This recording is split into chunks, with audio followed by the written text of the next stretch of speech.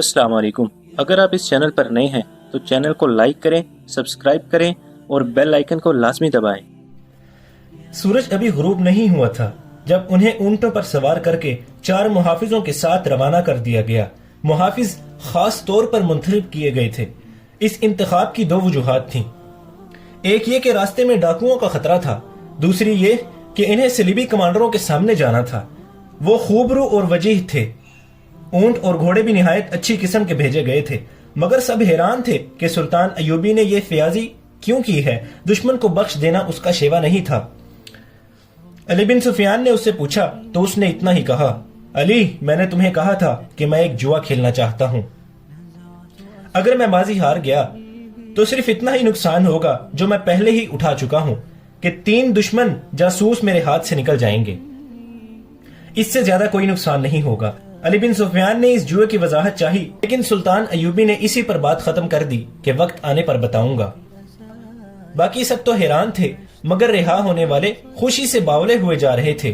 खुशी सिर्फ रिहाई की नहीं थी, असल खुशी उस राज की थी जो वो अपने साथ ले जा रहे थे। वो काहिरा शहर से दूर निकल गए थे। उनके ऊंट पहलू ब पहलू जा रहे थे। 2 मुहाफिज आगे और 2 पीछे थे। आलिम ने उनसे पूछा था कि वो उनकी जुबान समझते हैं। चारों अपनी जुबान के सिवा और कोई जुबान नहीं जानते थे। आलिम और लड़कियां उनकी जुबान बड़ी रवानी से बोलती थीं। ये उन्हें खास तौर पर सिखाई गई थी। आलिम ने लड़कियों से अपनी जुबान में कहा, खुदा यसु मसीह ने मौजज़ा दिखाया है। इससे जाहिर होता है कि उसे हमारे साथ प्यार है और उसे हमारी फतह मंजूर है।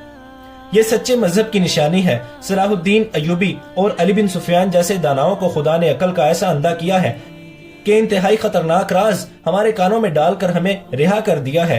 हम अपनी फौज को उनका सारा मंसूबा सुनाएंगे और हमारी फौज अयूबी को सहरा में घेर कर खत्म करेगी। उसे करक तक पहुंचने की मोहलत ही नहीं मिलेगी। मुझे उम्मीद है कि हमारे कमांडर जंग को हमले तक महदूद नहीं रखेंगे। वो मिस्र पर जरूर चढ़ाई करेंगे। मिस्र फौजों से खाली होगा। ये फतह बड़ी आसान होगी। आप आलिम हैं, तजर्बाकार हैं, एक लड़की ने कहा, मगर आप जिसे मौजज़ा कह रहे हैं वो मुझे खतरा दिखाई दे रहा है। खतरा ये 4 मुहाफिज हैं। कहीं आगे जाकर ये हमें कत्ल करके वापस चले जाएंगे। सलाहुद्दीन अयूबी ने हमारे साथ मजाक किया है। जल्लाद के हवाले करने की बजाय हमें इनके हवाले कर दिया है। ये हमें जी भर के खराब करेंगे और कत्ल कर देंगे और हम निहत्ते हैं। आलिम ने यूं कहा जैसे उसके जहन से खुशफहमियां निकल गई हों।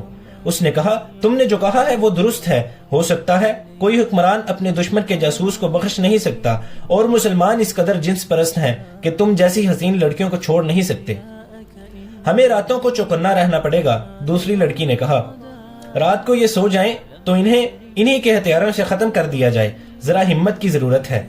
हमें यह हिम्मत करनी पड़ेगी। आलिम ने कहा, ये काम आज ही रात हो जाए तो अच्छा है। सुबह तक हम दूर निकल जाएंगे। 2 मुहाफिज आगे और 2 पीछे अपनी गपशप लगाते चले जा रहे थे। उनके अंदाज से जाहिर होता था जैसे इन्हें मालूम ही नहीं कि 2 इतनी दिलकश लड़कियां उनकी तहवील में हैं। सूरज गुरूब हो रहा था।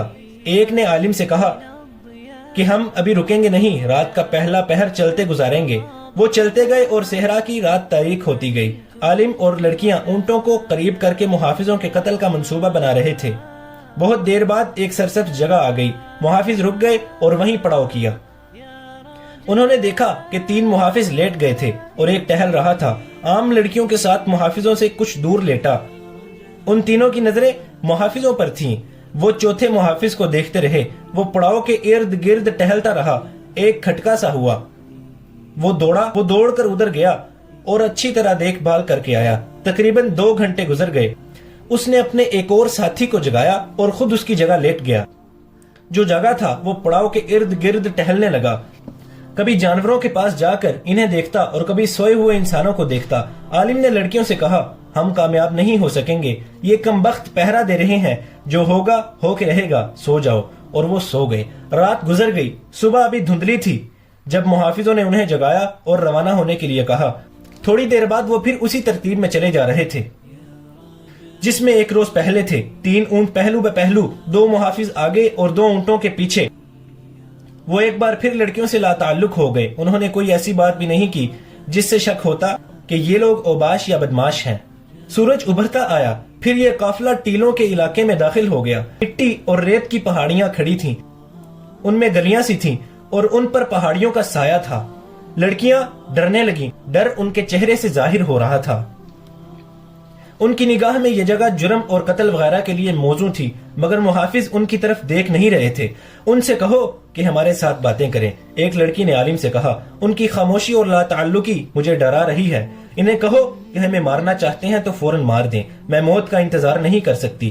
عالم خاموش رہا، وہ لڑکیوں کی کوئی مدد نہیں کر سکتا تھا۔ وہ تینوں ان محافظوں کے رحم و کرم پر تھے۔ سورج سر پر آ گیا تو وہ ان ٹینوں کے اندر ایسی جگہ رک گئے جہاں ریت کی سیلوں والے تیلے تھے اور اوپر جا کر آگے کو جھکے ہوئے تھے۔ ان کے سائے میں انہوں نے قیام کیا۔ کھانے کے دوران عالم نے محافظوں سے پوچھا، تم لوگ ہمارے ساتھ باتیں کیوں نہیں کرتے؟ جو باتیں ہمارے فرض میں شامل نہیں وہ ہم نہیں کیا کرتے۔ محافظوں کے کمانڈر نے جواب دیا اور پوچھا، اگر تم لوگ کوئی خاص بات کرنا چاہتے ہو تو ہم سنیں گے اور جواب دیں گے۔ کیا تمہیں معلوم ہے کہ ہم کون ہیں؟ عالم نے پوچھا۔ تم تینوں جاسوس ہو، محافظ نے جواب دیا۔ یہ لڑکیاں بدکار ہیں، یہ ان آدمیوں کے استعمال کے لیے ہیں جنہیں تم لوگ ہمارے خلاف استعمال کرتے ہو۔ امیر مصر اللہ اس کے نیک ارادوں میں برکت دے،